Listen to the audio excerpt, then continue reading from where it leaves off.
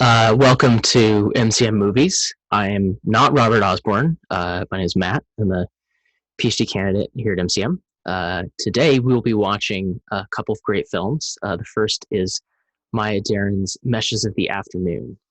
Uh, Meshes of the Afternoon is widely regarded as Maya Deren's masterpiece, an experimental silent short film made in 1943.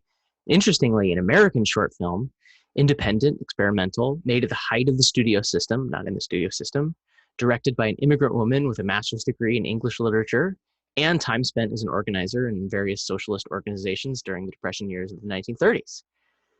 These paradoxes, amongst others, will be apparent over the course of Mesh's 14 short minutes. A surreal, Lynchian horror film seemingly interested in Gestalt psychology, memory, death, becoming, identification, a nightmare figure with a mirror for a face, and just about anything else you could try to name and decode what otherwise just feels weird on the screen in front of you.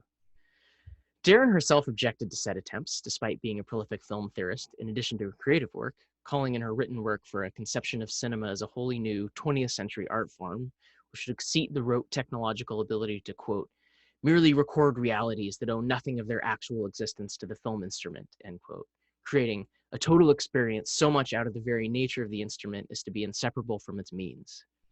Rather than a set of techniques which now might appear to our 21st century eyes as Final Cut plugins, slow motion, reverse, and so on, Deren continually pointed to the way in which the filmic apparatus offered a new, creative use of reality for the artist, allowing us to see ways in which were heretofore unavailable to our mere protein and flesh eyes. Meshes was self-financed by Deren and lived an interesting afterlife during the post-war years as New York's independent avant-garde cinema began crystallizing through the work of Amos Vogel.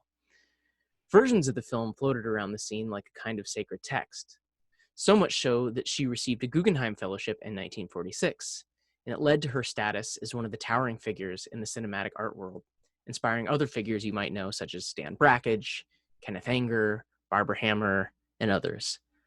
The version we'll be watching today was scored in the 1950s by her husband, Japanese composer Teiji Ito. So keep in mind the iconic version of this film that circulated was probably silent, and the admittedly incredible soundtrack you're hearing is just as much a product of the film as much as the American avant-garde that resulted from it. David Lynch says thank you.